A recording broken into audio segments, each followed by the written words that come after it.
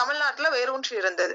எந்தெந்த ஊர்கள்ல சமய பரப்பு மையங்கள் காணப்பட்டது? பூம்புகார் மற்றும் பூதமங்கலம். பூம்புகார் உங்களுக்கு தெரியும், காவேரி பூம்பட்டினம் அப்படின்னு சொல்லுவாங்க. இதோட சேர்த்து பூதமங்கலம். இது ரெண்டுமே சமயம் பௌத்த சமயத்தை பரப்பக்கூடிய மையமாக திகழக்கூடிய ஊர் யாது அப்படின்னு கேட்பாங்க. ஃபர்ஸ்ட் கொஸ்டின் பௌத்தம். சோ பௌத்தம் யாரால் தோற்றுவிக்கப்பட்டது? அதாவது புத்தரால தோற்றுவிக்கப்பட்டது. எங்க? வடநாட்டுல தோற்றுவிக்கப்பட்டது. அதாவது கிமு 3ஆம் நூற்றாண்டுல அசோகர் காலத்துலதான் தமிழ்நாட்டுக்கு வந்திருக்கு. அப்ப அதனுடைய சமயப்பரப்பு மையம் எங்கே இருந்திருக்கிறது? பூம்புகார் மற்றும் பூதமங்கலம். சோ தொல்காப்பியத்துல இந்த சமயம் பற்றிய குறிப்பு நமக்கு கிடைக்கல. சங்ககால நூல்கள்ல நற்றிணை, மதுரை காஞ்சி இந்த நூல்கள்ல பௌத்த சமயம் பற்றிய குறிப்புகள் காணப்படுகிறது. சோ தமிழர்கள் பலர் பௌத்தர்களாகி பிற நாடு போய் பௌத்தத்தை போதிச்சிருக்காங்க. அந்த வகையில சீனம் போன போதி தர்மர், ஈழ நாடு சென்ற சங்கமித்திரர். இந்த கொஸ்டின் ரொம்ப முக்கியம். ஈழ நாட்டிற்கு சென்ற சங்கமித்திரர் அப்படிங்கிறவர். ஈழம் சங்கம் ஞாபகத்துல வச்சுக்கோங்க. அப்ப சீனம் சென்றவர் போதி தர்மர், ஈழம் சென்றவர் சங்கமித்திரர் மற்றும் தர்மபாலர், தின்னாகரர் இவங்கெல்லாம் குறிப்பிடத்தக்கவர். சில பேர் என்ன பண்ணிருக்காங்க? பாலி மொழியில புலமை பெற்று தீர்க்கமான இலக்கியங்களை தீட்டிருக்காங்க. அப்ப சமண முனிவர்கள் நிறைய நூல்கள் தமிழுக்கு கொடுத்திருக்காங்க. அந்த வகையில பௌத்த முனிவர்களும் தமிழுக்கு நிறைய நூல்களை கொடுத்திருக்காங்க. சரிங்களா? நீலகேசி, வீர சோழிய உரைகள்ல பௌத்த சமய செய்யுட்கள் பல எந்த நூல்கள்ல இருந்து எடுத்தாளப்பட்டது அப்படின்னு தெரியாத வகையில இருக்கு அப்படின்னு சொல்லலாம். அப்ப இந்த பௌத்த சமய செய்யுட்கள் எந்தெந்த நூல்கள்ல காணப்படுகிறது? நீலகேசி உரை மற்றும் வீர சோழிய உரை. வீர சோழியம் எழுதுனது யாரு? புத்தமித்திரர். வீர சோழியத்திற்கு உரை எழுதினவர் யாரு? பெருந்தேவனார். பாரதம் பாடிய பெருந்தேவனார். நீலகேசி யாரு நீலகேசிக்கு உரைதான் வந்துட்டு சமய திவாகர வாமன முனிவர். நீலகேசி எழுதினது யாரு?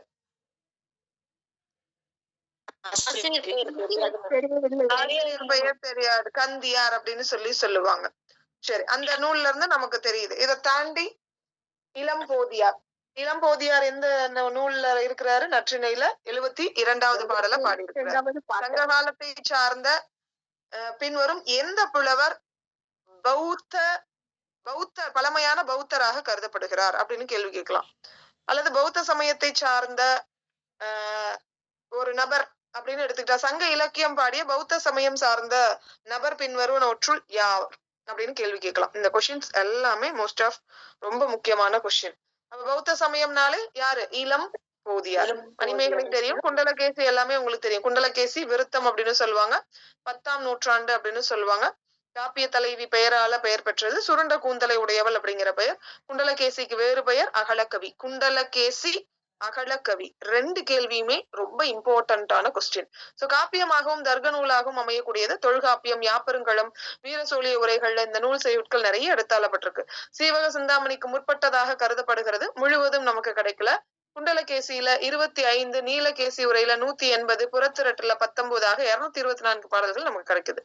குண்டலகேசியில மொத்தம் நமக்கு கிடைக்கக்கூடிய பாடல்களின் எண்ணிக்கை 224. குண்டலகேசியினுடைய தேரி கதை, தம்மபாதா, அங்குத்தர நிகாயா, நீலகேசி 286 செயலுரை இதுல எல்லாத்துலயுமே கிடைக்குது. குண்டலகேசி புத்தர் வாழ்ந்திருந்த காலத்தை வடநாட்டுல வாழ்ந்த ஒரு சமய துறவி அப்படின்னு சொல்றாங்க. ராஜகிரக நாட்டு மந்திரியினுடைய ஒரே பெண். இவளை பத்தி எல்லாம் உங்களுக்கு தெரியும். தற்கொலை முற்கொள்கை அப்படிங்கிறது இவளுடைய கொள்கையாக இருந்திருக்கு. இது எல்லாமே தெரியும். அதாவது குண்டு குண்டா அவளுடைய கூந்தல் இருந்ததுனாலதான் குண்டலகேசி அப்படின்னு சொல்றாங்க. சமயவாதம் இருந்ததுனால குண்டலகேசி ரொம்ப முக்கியம். சமயவாதம் செய்து வந்தவள் அப்படின்னு சொல்லலாம். ஒரு சமயம் பௌத்த துறவி யார்கிட்ட? சாரிபுத்திரர் கிட்ட, சாரி கிட்ட அதாவது குண்டலகேசி வந்துட்டு யாரிடம் வாதம் புரிந்தார்? சாரிபுத்தரிடம் தோற்றாள். அதனால் பௌத்தம் சார்ந்தால். இதுவே அவளுடைய கதை அப்படின்னு சொல்லுவாங்க. இதுதான் மந்திரி குமாரி அப்படிங்கிற திரைக்காவியமாக யார் எழுதியிருக்கா? கலைஞர் கருணாநிதி எழுதியிருக்கிறார். ரொம்ப முக்கியம். சோ நிலையாமையை உணர்த்தக்கூடிய குண்டலகேசி பாக்கள் சொற்சுவை பொருட்சுவை நிரம்பியது. பாளையம் தன்மை செத்தும் பாலனாம் தன்மை செத்தும். சோ அப்ப ஒரு கணவர் இறந்து போன சூழ்நிலையில அவ அழ ஆரம்பிக்கிறா. இந்த பாட்டை அதனுடைய மீனிங் கிடையாது. சோ ஜஸ்ட் நீங்க ஞாபகத்துல வச்சுக்கணுங்கிறதுக்காக நான் சொல்றேன். சோ கணவன் இறந்து போது அழ ஆரம்பிக்கிறா. அப்படி அழ ஆரம்பிக்கும் போது எதுக்கு நீ அழற அப்படின்னு சொல்லி கேட்டுட்டு, சோ இப்ப நம்மளுடைய இளமை காலம் குழந்தையா இருக்கும் பொழுது அடுத்த ஸ்டேஜ் வரும்போது அந்த குழந்தைங்கிற அந்த தன்மை இறந்துதான் அடுத்தது வந்துட்டு இளமை பருவம். இந்த மாதிரி பாலனாம் தன்மை செத்து, காளையார் தம்மை செத்து, காமுறும் இளமை செத்து, மீளும் இவ்வியல்பும் இன்னே மேல் வரும் மூப்புமாக. இந்த இயல்பு எதையுமே நம்மளால மீட்டு எடுக்க முடியாது.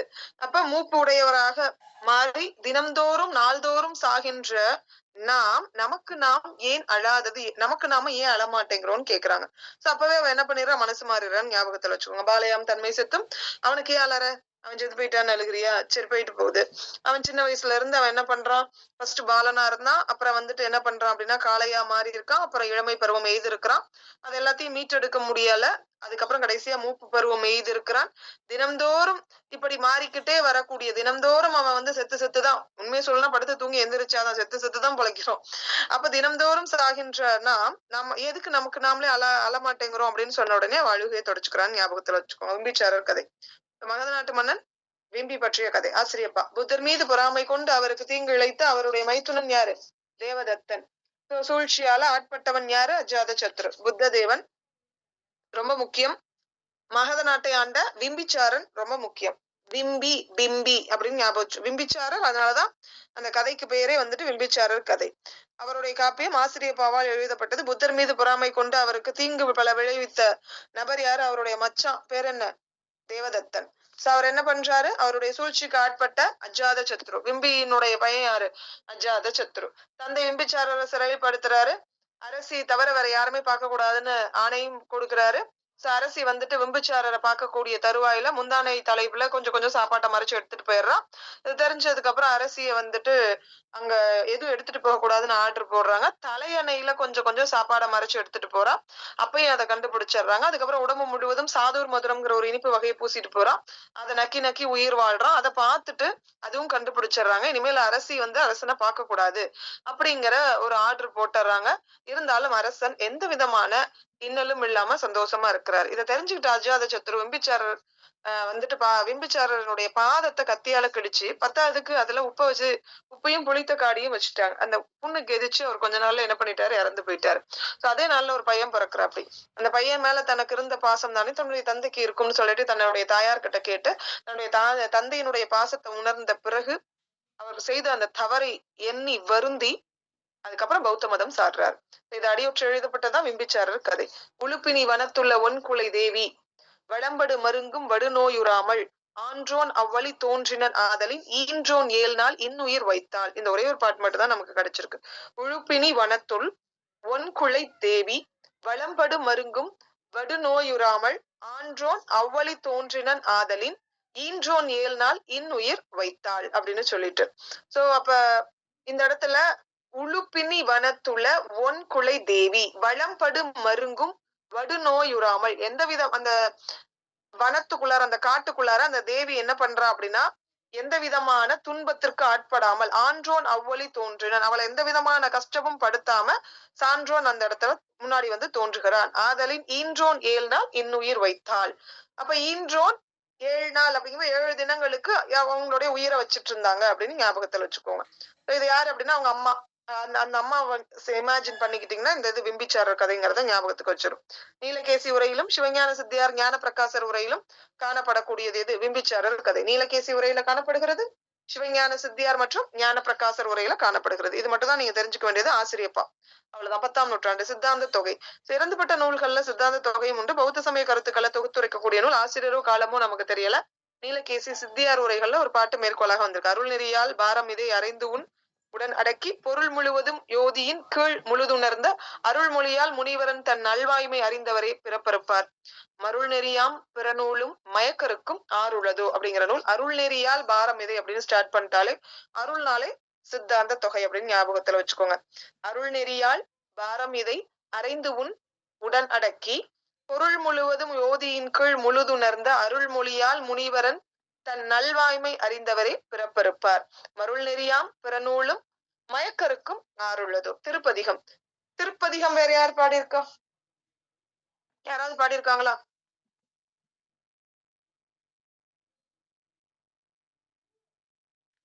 திருப்பதிகம் வேற யாராவது பாடியிருக்காங்களா இதை தாண்டி?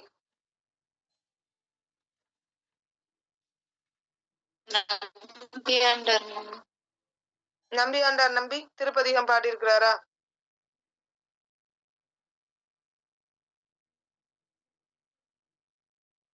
வேற யாரும் திருப்பதிகம் பாடலையா? பாடியிருக்கிறார். கோயில் திருப்பதிகம் பாடினார் யார் அப்படின்னா மாணிக்க வாசகர்.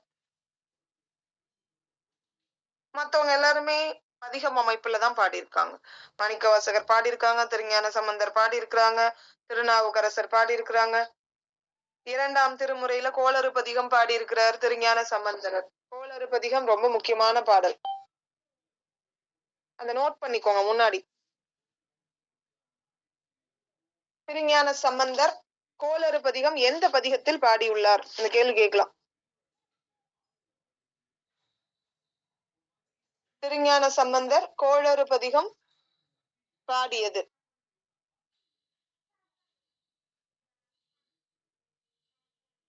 எந்த திருமுறையில்? 2ஆம் திருமுறையில்.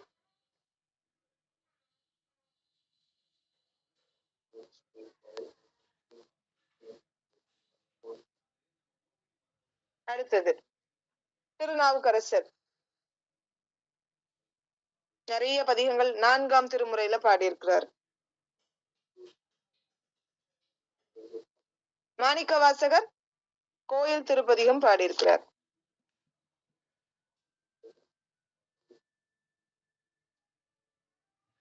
கோயில் திருப்பதிகம் யார் பாடியிருக்கா? மாணிக்கவாசகர். பதிகம்னா என்ன அர்த்தம்? 10 பாடல்கள் கொண்ட அமைப்பதான் நம்ம என்னன்னு சொல்லுவோம், பதிகம் அப்படின்னு சொல்லுவோம். புத்தனருள் போற்றக்கூடிய 10 செய்யுளால் ஆனது ஒரு துதி நூல். நீலகேசி சித்தியார் உரைகள்ல 2 ஒரு செய்யுட்கள் கொடுத்திருக்காங்க. எண்ணிகந்த காலங்கள் எம்பொருட்டால் மிக உழன்று எண்ணிகந்த காலங்கள் இருதீர ஒருங்குணர்ந்து எண்ணிகந்த தானமும் சீலமும் இவையாக்கி எண்ணிகந்த குணத்தினான் எம்பெருமான் அல்லனோ அப்படின்னு சொல்லியிருக்காங்க. சோ இது ரொம்ப முக்கியம். அனைத்தையும் அடக்கி வாழ்ந்திருக்கிறார் அப்படின்னு சொல்றாங்க. வீரசொலியம் வழக்கொழிந்த இலக்கண நூல் பின்வருவனவற்றுள் யாவை? Question number 1. வீரசொலியத்தின் ஆசிரியர் யார்? கண்டிப்பா தெரியும், புத்தமித்திரர். இவருடைய மாணவர் பெருந்தேவனார். அவரை தான் என்ன பண்ணிருக்கிறார், உரை எழுதியிருக்கிறாருன்னு தெரியும். பாரதம் பாடிய பெருந்தேவனார். இந்த நூல் வீரசோழியன் பெயராலதான் எழுதப்பட்டிருக்கிறது அப்படின்னு சொல்றாங்க. வடமொழி இலக்கண விதிகளை தமிழுக்கு பொருத்தி காட்டக்கூடிய நூல். மோஸ்ட் ஆஃப் இந்த கேள்வி தூக்கத்தில் எழுப்பி கேட்டா கூட நீங்க பதில் சொல்லணும். வடமொழி இலக்கண விதிகளை தமிழுக்கு பொருத்தி காட்டக்கூடிய நூல் யாது? ஏன்னா மத்த எல்லா நூலுமே தமிழ் இலக்கண விதிப்படி தமிழ் எழுத்துக்கு இலக்கணம் சொல்லுது. ஆனா வடமொழி இலக்கண விதிகளை தமிழுக்கு ஈக்குவலா பொருத்தி காட்டக்கூடிய நூல் வீரசோழியம். எதிர்நூல் வீரசோழிய காரிகை அப்படிங்கிற நூல் 14ஆம் நூற்றாண்டை உடையது. அப்ப வீரன் 14, 16 வயசுல வீரம் வந்துருது. 5 இலக்கண நூல். சோழ மன்னர் கூடல் சங்கமம் போன்ற இடங்கள்ல பகைவேந்தரை வென்றமை போன்ற தமிழக வரலாற்றை இந்த நூல்கள் மூலமாக தெரிஞ்சுக்கலாம். இந்த கேள்வி கேட்கறதுக்கு வாய்ப்புகள் இருக்கு. மோஸ்ட் ஆஃப் ரொம்ப கஷ்டமா கேட்கக்கூடிய கேள்வி எல்லாம் இதுல இருந்து எடுக்கலாம். சோழ மன்னர்கள் கூடல் சங்கமம் போன்ற இடங்களில் பகைவேந்தரை வென்றமை குறிப்பிடும் இலக்கண நூல் யாது? சோ எல்லா இலக்கியத்துல தான் இந்த மாதிரியான செய்திகள் வரணும். இலக்கண நூல்னு கேட்டிருக்காங்க. ஜென்ரலா நூல்னு கேட்டு வீர சொல்லின்னு கொடுத்தா அது இலக்கண நூல், அதுல எங்க போய் இதெல்லாம் சொல்ல போறாங்க அப்படின்னு நம்ம நினைச்சுக்குவோம். சோ இலக்கணத்துல சொல்லும் பொழுது இதை உதாரணமா சொல்லி அந்த எண்ணிக்கையை சொல்லி இருந்திருக்கு. அப்ப சோழ மன்னர்கள் கூடல் சங்கமம் போன்ற, கூடல்னா மதுரை, உங்களுக்கு தெரியும், சங்கமம் இதெல்லாம் மதுரை சுத்தி இருக்கு, மதுரை ஊர், அவ்வளவுதான். அந்த இடங்கள்ல பகைவேந்தரை வென்றமை போன்ற தமிழக வரலாற்றை குறிப்பிடக்கூடிய நூல் வீரசோழியம். ரொம்ப முக்கியமான கொஸ்டின். தமிழ அவலோகீஸ்வரர் உண்டாக்கி இருக்கிறாரு அப்படின்னு சொன்னது. தமிழ வந்துட்டு அகத்தியர், சிவபெருமான் அகத்தியருக்கு தமிழை கத்துக் கொடுத்தார் அப்படின்னு தான் நம்ம இது வருஷம் எல்லா இலக்கியங்களையும் படிச்சிருப்போம். ஆனா இந்த ஒரு நூல் அவிலோகீஸ்வரர் தமிழை உண்டாக்கியது, அவரே அகத்தியருக்கு தமிழ் கத்துக் கொடுத்தார், முத்தமிழ் இலக்கணம் அவர் செஞ்சிருக்கிறார் அப்படிங்கறது எடுத்து சொல்லக்கூடிய நூல். ரொம்ப முக்கியமான கொஸ்டின். ஓகேவா? இதுல இருந்து நம்ம பௌத்தம் என்னென்ன நூல் பார்த்தோம்? பௌத்த சமயம் யாரால் தமிழகத்திற்கு வந்தது? புத்தரால். சாரி, அசோகரால. வடநாட்டுல வந்துட்டு புத்த சமயத்தை தோற்றுவித்தவர் புத்தர். எத்தனாம் நூற்றாண்டு அசோகர் காலத்துல தமிழகத்திற்கு வந்தது? 3ஆம் நூற்றாண்டு. பௌத்த சமய பரப்பு மையம் யாது? பூதமங்கலம், பூம்புகார் மற்றும் பூதமங்கலம். பௌத்த சமய குறிப்புகள் எந்தெந்த சங்க இலக்கியங்களில் காணப்படுகின்றது? நற்றிணை மற்றும்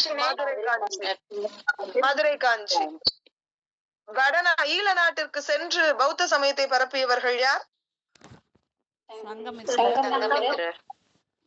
சங்கமித்திரர், வஜ்ரபோதி, அனுருதா, நாலந்தா பல்கலைக்கழகத்தில் பெருந்தொண்டாற்றியவர் தர்மபாலர், தின்னாகரர். இவங்கெல்லாம் ரொம்ப இம்பார்ட்டன்ட் பர்சன்ஸ். இதை தாண்டி நற்றிணையில் 72வது பாடலை பாடியவர் யார்? இளம்போதியார்.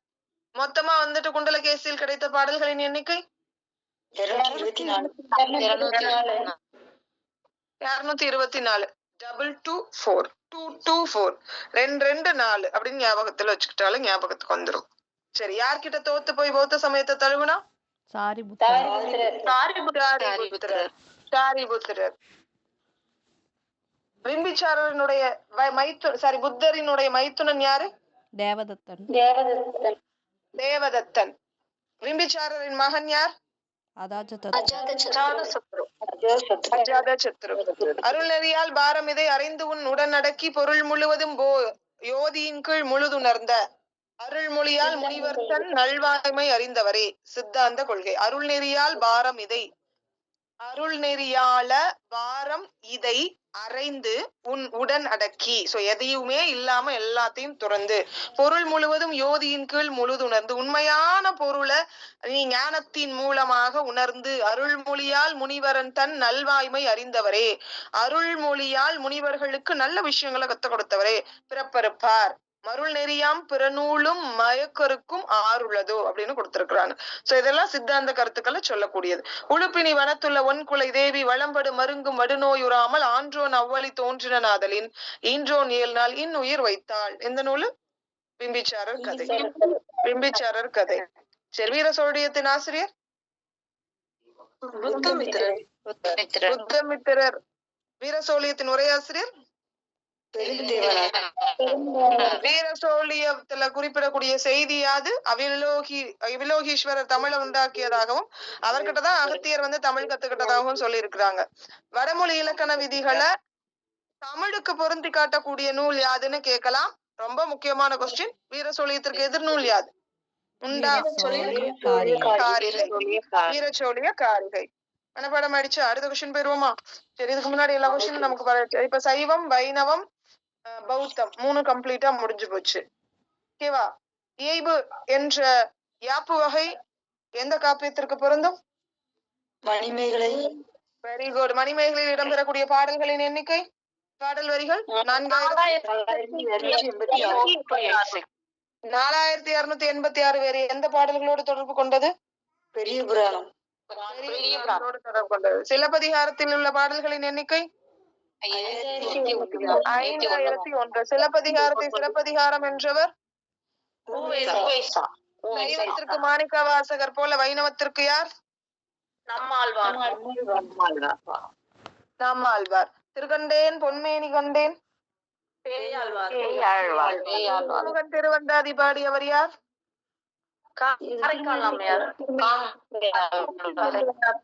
காரைக்கால் அம்மையார் நான்முகன் திருவந்தாதி பாடி இருக்கிறாரா? திருமலிசை ஆழ்வார் பாடி இருக்கிறாரு.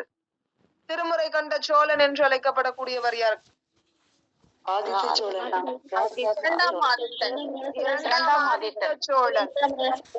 இரண்டாம் ஆதித்த சோழனே திருமுறை கண்ட சோழன் அப்படின்னு அழைக்கப்படக்கூடியவர். மன்னன் எந்த நூலில் உட்பட்டு எந்த நூல்ல அடிமையா இருந்தா அதை மாத்துறதுக்கு பெரிய புராணம் பாடி மாத்திருக்காங்க. அதை மன்னன் எழுத சொல்லியிருக்காரு. தமிழ் வியாசர் நம்பியாண்டார் நம்பி. திருவாரூர் மும்மணி கோவை திருவாரூர் மும்மணி கோவை.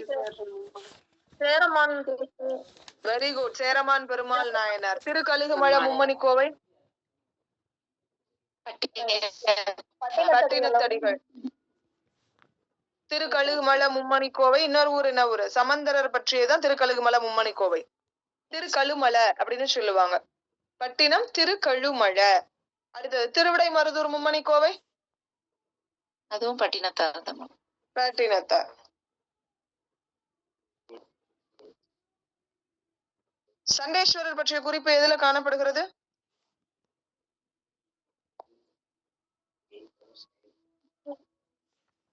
கோயில் நான்மணி மாலையில வருது. கோயில் நான்மணி மாலை சண்டேஸ்வரர் சிறுதொண்டர் பற்றிய குறிப்புகளை நமக்கு எடுத்து சொல்லுது. பெருமா கோதையார் என்று அழைக்கப்படக்கூடியவர் சேரமான் பெருமாள் நாயனார். Very good. சரி, குறுக்கத்தி மலரில் அவதரித்தவர் பூதத்தாழ்வார்.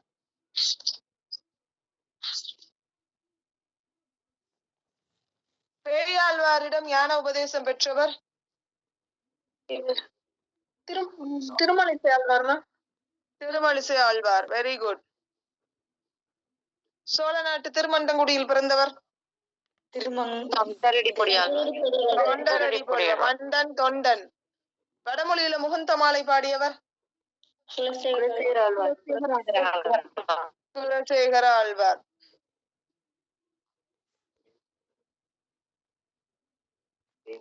வாய் கொண்டு மானிடம் பாட வந்த கவி அல்லேன்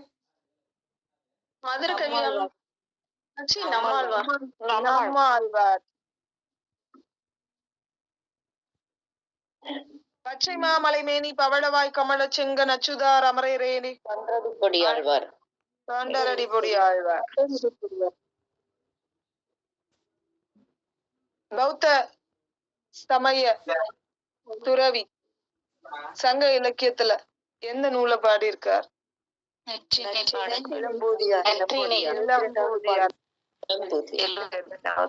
அபித்தம அவதாரம். கடைசி அபித்தம அவதாரம். அபித்தா சுமதி. அப்ப அபித்தம அவதாரம் சுமதி அப்படிங்கிற தன்னுடைய மாணவி வேண்டுதலின் பொருட்டு வந்துட்டு புத்ததத்தர் இதனை எழுதியிருக்கிறார். அபித்தம அவதாரம் அபித்தா புத்தா. ஓகேவா? அப்ப புத்ததத்தர் எழுதுனது அபி தர்ம அவதாரம் அப்படின்னு சொல்லுவாங்க. அபி தர்மம் புத்த தத்தர் அப்படின்னு ஞாபகத்துல வச்சுக்கோங்க. யாருடைய வேண்டுதலுக்கு இணங்க? தன்னுடைய மாணவி சுமதியினுடைய வேண்டுதலுக்கு இணங்க. நான் மனைவின்னு ஒரு தடவை சொன்னேன், அதை கூட ஞாபகத்துல வச்சுக்கோங்க. சரி, கிறிஸ்துவ சமயம் போலவே சமயத்தை பரப்ப வந்த பெரியவர்களும் பௌத்தத்தை போற்றி இங்கிருந்த அரவணடிகள், தமபாலர், அதை தாண்டி மகோதரர், சங்கமித்திரர், தின்னாகரர், இந்த மாதிரி தமிழ்நாட்டு பெரியவர்களும் பௌத்த கருத்துக்களை விளக்க நிறைய நூல்களை எழுதி வச்சுட்டு போயிருக்காங்க அப்படின்னு சொல்லலாம். சரி, இப்ப நம்ம பார்க்கக்கூடியது சமண சமயம். வடக்கே தோன்றியது சமண சமயம். அதே 3ஆம் நூற்றாண்டில் யாரால் வந்தது? அது அரசர் வந்துட்டு அசோகராலையும் இந்த இடத்துல சந்திரகுப்தனாலையும் ஆட்சிக்கு வந்திருக்கு. களப்பிரர் ஆட்சியால கால் கொண்டது. படிப்படியா செல்வாக்கு பெற்று வச்சிரநந்தியினுடைய திரமிழ சங்கம் போன்றவற்றால இந்த சமண சமயம் வந்து பரவுச்சு. ரொம்ப முக்கியம், பத்ரபாகு முனிவர் மூலமாக தமிழ்நாட்டிற்கு வந்தது. அசோகர் மூலமாக பௌத்த சமயமும், சந்திரகுப்த மௌரியருடைய ஆட்சி காலத்துல பத்ரபாகு முனிவர் வழியாகவும் தமிழகத்திற்கு வந்தது. அதே மாதிரி எந்த காலகட்டத்துல சமணம் கால் கொண்டது இங்க வந்து நிலையாக இருந்தது அப்படின்னா களப்பிரர் ஆட்சி காலத்துல. ரொம்ப முக்கியமான விஷயம். இலக்கண கல்விக்கு முதலிடம் கொடுத்து அதனை வந்து ஒரு கலையா மாத்திருக்காங்க. நிறைய இலக்கண நூல்களை எழுதியிருக்காங்க. ஈஸியா புரியுற மாதிரி சீர்பிரிச்சு வழிகாட்டியிருக்காங்க. தமிழ்ல அகர வரிசை, அதாவது டிக்ஷனரி எழுதியிருக்காங்க. காப்பியங்கள் பல இயற்றி காப்பிய நெறி அப்படிங்கிறது என்னங்கிறத சொல்லி கொடுத்திருக்காங்க. உரைநடையிலையும் இவர்களுடைய பங்கு நிறையதான் இருக்கு. யாப்பு அப்படின்னு எடுத்துக்கிட்டா விருத்தம், வெண்பா இதெல்லாமே இவங்கதான். சோ விருத்தம் அப்படின்னு எடுத்துக்கிட்டா சீவக சிந்தாமணி எழுதின திருத்தக்கதேவர் சமண சமயத்தை சார்ந்தவர். அதற்கு உரை எழுதின நச்சினார்க்கினியருமே வந்துட்டு யாருதான்? யார் உரை எழுதியிருக்கா? சீவக சிந்தாமணிக்கு உரை எழுதியவர்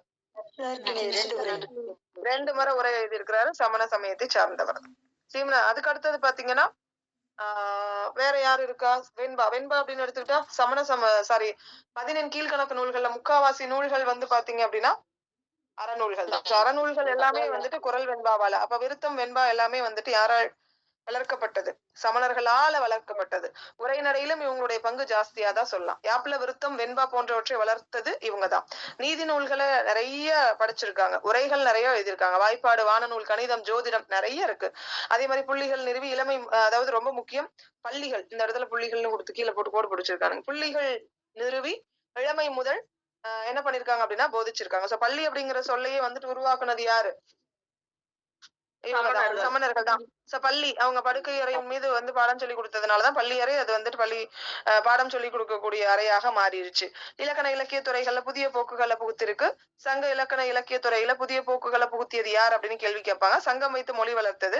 அதுவும் எந்த சங்கத்தின் மூலமாக? வச்சிரநந்தியினுடைய திரமிழ சங்கம். எத்தனாம் நூற்றாண்டு? 470. புராணங்கள் பல பாடி இருக்காங்க. தாய்மொழி வாயிலாக கற்பித்த திறம். பிராகிருத சொற்களை தமிழ்ல கலக்க செய்தது இவங்கதான். அவங்க பாலி, இவங்க பிராகிருதம். இந்த 2 கொஸ்டினும் ரொம்ப முக்கியம். தேவார காலத்திற்கு முந்தையது அப்படின்னு சொல்லலாம். சரி, சங்க இலக்கியத்துல அந்த இடத்துல இளம்போதியார். நற்றிணையில 72வது பாடல். அதே மாதிரி இந்த இடத்துல சங்க இலக்கியத்துல உலோச்சனார் 35 செய்யுட்கள் பாடி இருக்கிறார். உலோச்சி அப்படின்னா சமண துறவியாக மாறக்கூடிய தருவாயில மயிர்களையும் கடுமையான நோன்பு, அதனையொட்டி இவருக்கு இந்த பெயர் வந்திருக்கு அப்படின்னு சொல்லலாம். மயிர்கலை நோன்பு என்ன, அது ஒவ்வொரு முடியா என்ன பண்ணுவாங்க, உடுங்கியே எடுப்பாங்க.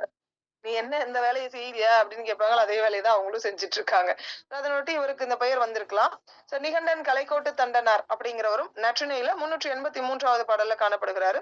நிர்கந்தர் என்னும் பிராகிருத சிதைவு தான் இந்த நிகண்டன் அப்படிங்கிற சொல்லாக வரலாம். அதாவது பற்றற்றவர், உடையற்றவர் அப்படிங்கிறது. மாதீர்த்தன் என்னும் ஜைன பெயரும் காணப்படுகிறது. அகநானூறு 59, புறநானூறு 175. இவங்கெல்லாம் சமணர்கள் அப்படின்னு சொல்லிட்டு இந்த மாதிரி சமண சமய குறிப்புகள் எந்தெந்த நூல்கள்ல காணப்படுகிறது அப்படின்னா, நற்றிணையில உலோச்சனார் பற்றிய குறிப்பு. உலோச்சனார் அப்படிங்கிறவர் 35 பாடல்கள் எழுதியிருக்கிறாரு. கலைகோட்டு தண்டனார், நிகண்டன் கலைகோட்டு தண்டனார். நற்றிணையில 383வது பாடல். நிகந்தன் என்னும் பிராகிருத சிதைவு, நிர்கந்தர் அப்படிங்கிற பிராகிருத சிதைவு அப்படின்னு சொல்லலாம். நிர்கதி அற்றவர் அப்படின்னு ஞாபகத்துல வச்சுக்கோங்க. நிர்கந்தர் பற்றற்றவர், உடையற்றவர். மாதீர்த்தன், மாகீர்த்தி அப்படிங்கிற மாதிரி இந்த இடத்துல மாதீர்த்தன் அப்படிங்கிற ஒரு பெயரும் ஜெயின பெயர் தான். அகநானூறுல காணப்படுகிறது 59வது பாடல்ல, புறநானூற்றுல 175வது பாடல்ல காணப்படுது. தொல்காப்பியமும் திருக்குறளும் இன்னைக்கு வரைக்குமே வந்துட்டு சமண சமய நூல்கள் தான். அதுல நிறைய பேர் வந்து ஆட்சேபனையை தெரிவிச்சாலும் சமண சமயம் தான். பெருங்காப்பியங்கள்ல 5 3 சமண சமயம். அதுல சீவக சிந்தாமணி உங்களுக்கு தெரியும். முதல்ல வைத்து 5 என்ன தகுந்ததுன்னு சொல்லலாம். நூலினுடைய தன்மையாலையும் சிந்தாமணி அப்படின்னு சொல்லி சீவகன் புனைந்துரைக்கப்படுவதனாலையும் இந்த பெயர் பெற்றது அப்படின்னு சொல்றாங்க. சீவகனை ஒட்டிய நிகழ்ச்சிகள் அனைத்தும் மனத்தோடு ஈவுபடுத்தி சொல்லியிருக்கனால மனநூல். கந்தர்வதத்தை, குணமாலை, பதுமை, கேமசரி, கனகமாலை, விமலை, சுரமஞ்சரி, இலக்கணை அப்படின்னு சொல்லி 8 பெண்களை திருமணம் பண்ணிருக்காங்க. இதெல்லாத்தையும் வரிசைப்படுத்தி நம்ம அந்த நூல்ல ஆழமா பாத்துக்கலாம். இதை சும்மா மேலோட்டமா மட்டும் தெரிஞ்சுக்கோங்க. இதுல நீங்க முக்கியமா தெரிஞ்சுக்க வேண்டியது நாமகள் இளம்பகம் முதல் முக்தி இளம்பகம் இறுதியாக மொத்தம் எத்தனை இளம்பகங்கள்? 13 இளம்பகங்கள். பாடல் எண்ணிக்கை ரொம்ப முக்கியம். 3145. 3-1-4-5 அப்படி ஞாபகத்துல வச்சுக்கோங்க. இலக்கிய சுவையும் தமிழ் இனிமையும் அமைய பெற்ற இந்த நூலுக்கு நிகராக வேற எந்த ஒரு நூலுமே தமிழ் இலக்கியத்துல இல்லை அப்படின்னு சொல்லலாம். ரொம்ப முக்கியமான கொஸ்டின். கம்மன் காப்பியம் கூட இதற்கு பின்னாடிதான். விருத்தப்பாவில் அமைந்த முதல் காப்பியம் பின்னெழுந்த பெருங்காப்பிய காப்பியங்கள் அத்தனையுமே விருத்தத்தில் அமைய வழிகாட்டியாக அமைந்தது. ரொம்ப முக்கியம். சக்கர சூளாமணி, கத்திய சிந்தாமணி, இந்த வடமொழி நூல்களை தழுவி எழுந்தது. இதுதான் எல்லாத்துக்கும் எப்பயுமே மறந்து போயிருது. சக்கர சூளாமணி, சிந்தாமணி, சூளாமணி, சக்கர சூளாமணி. இன்னொன்னு என்னது? கத்திய சிந்தாமணி. சிந்தாமணி சீவக சிந்தாமணிங்கிறதுக்கு மாதிரி அவன் கத்திய வச்சிருக்கான். அதனால கத்திய சிந்தாமணி. சக்கரம் வச்சிருக்கான் சீவகன். சக்கர சூடா தலையில சூடி இருக்கான்னு ஞாபகத்துல வச்சுக்கோங்க. சக்கர சூடாமணி, கத்திய சிந்தாமணி. இந்த மாதிரி வடநூல்களை தழுவி எழுந்தது. இனிமேல் மறக்காது. சேத்திர சூடாமணியை பின்பற்றியது அப்படின்னு சொல்லுவாங்க. வடமொழி மகாபுராணத்துல உத்தரபாகத்துல சீவகன் சரிதை இருக்கு. வடமொழியில மகாபுராணத்துல இந்த கொஸ்டின் ரொம்ப முக்கியம். வடமொழியில புராணம் அப்படிங்கிற ஒரு நூல் இருக்கு. அந்த மகாபுராணத்துல உத்தரபாகம் அப்படிங்கிற ஒரு பாகத்துல சீவகன் சரிதை இருக்கு. அப்படி இல்லையா உத்தரத்துல சீவகன் தொங்கிட்டான்னு கூட ஞாபகத்துல வச்சுக்கோங்க, தப்பு இல்ல. அதை தாண்டி இந்த நூல் 10ஆம் நூற்றாண்டு உறுதி பொருள் 4ஐயும் உரைக்கக்கூடியது. அறம், பொருள், இன்பம், கடைசியா வீடு பேரு. அது ரொம்ப முக்கியம் இந்த நூல்ல. அடியாருக்கு நல்லார் இது என்னன்னு சொல்லியிருக்கிறாரு? முடிப்பொருள் தொடர்நிலை செயல்னு சொல்லியிருக்கிறாரு. அடியாருக்கு நல்லார் பின்வரும் எந்த நூலினை முடிப்பொருள் தொடர்நிலை செய்யுள் அப்படின்னு சொல்றாரு அப்படின்னு நம்ம கேள்வி. ரொம்ப முக்கியமான கொஸ்டின். அல்லது சீவக சிந்தாமணியினை முடிப்பொருள் தொடர்நிலை செய்யுள் என்று குறிப்பிட்ட உரையாசிரியர் யார்? ரொம்ப முக்கியமான கொஸ்டின். யாரு? அடியாருக்கு நல்லார். ஜைனர்கள் இந்த நூலை உச்சிமேல் கொண்டு உயர்த்துவாங்கன்னு சொல்லுவாங்க. இதன் கருத்தும் சொல்லலகும் இதை தாண்டி உவமை இஸ்லாமிய கிறிஸ்துவ புலவர்களாலும் தாராளமாக எடுத்தாளப்பட்டது அப்படின்னு சொல்றாங்க. தமிழ் இலக்கிய எளிய ஒடிசி அப்படின்னு புகழ்ந்தவர் யாரு? ஜியூபோ. இளவரசர் இளவரசர்னு சொன்னது யாரு? திருத்தக்க தேவர.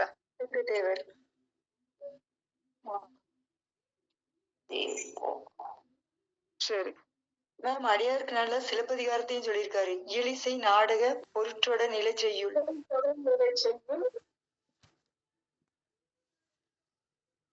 புரியல மேம், என்ன சொன்னீங்க? ஒரே நிமிஷம்.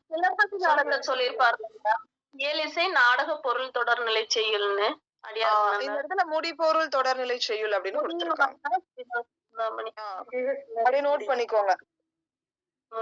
இதே கான்செப்ட் அடியாருக்கு நல்லார் என்ன சொல்லியிருக்கிறாரு? இயல்,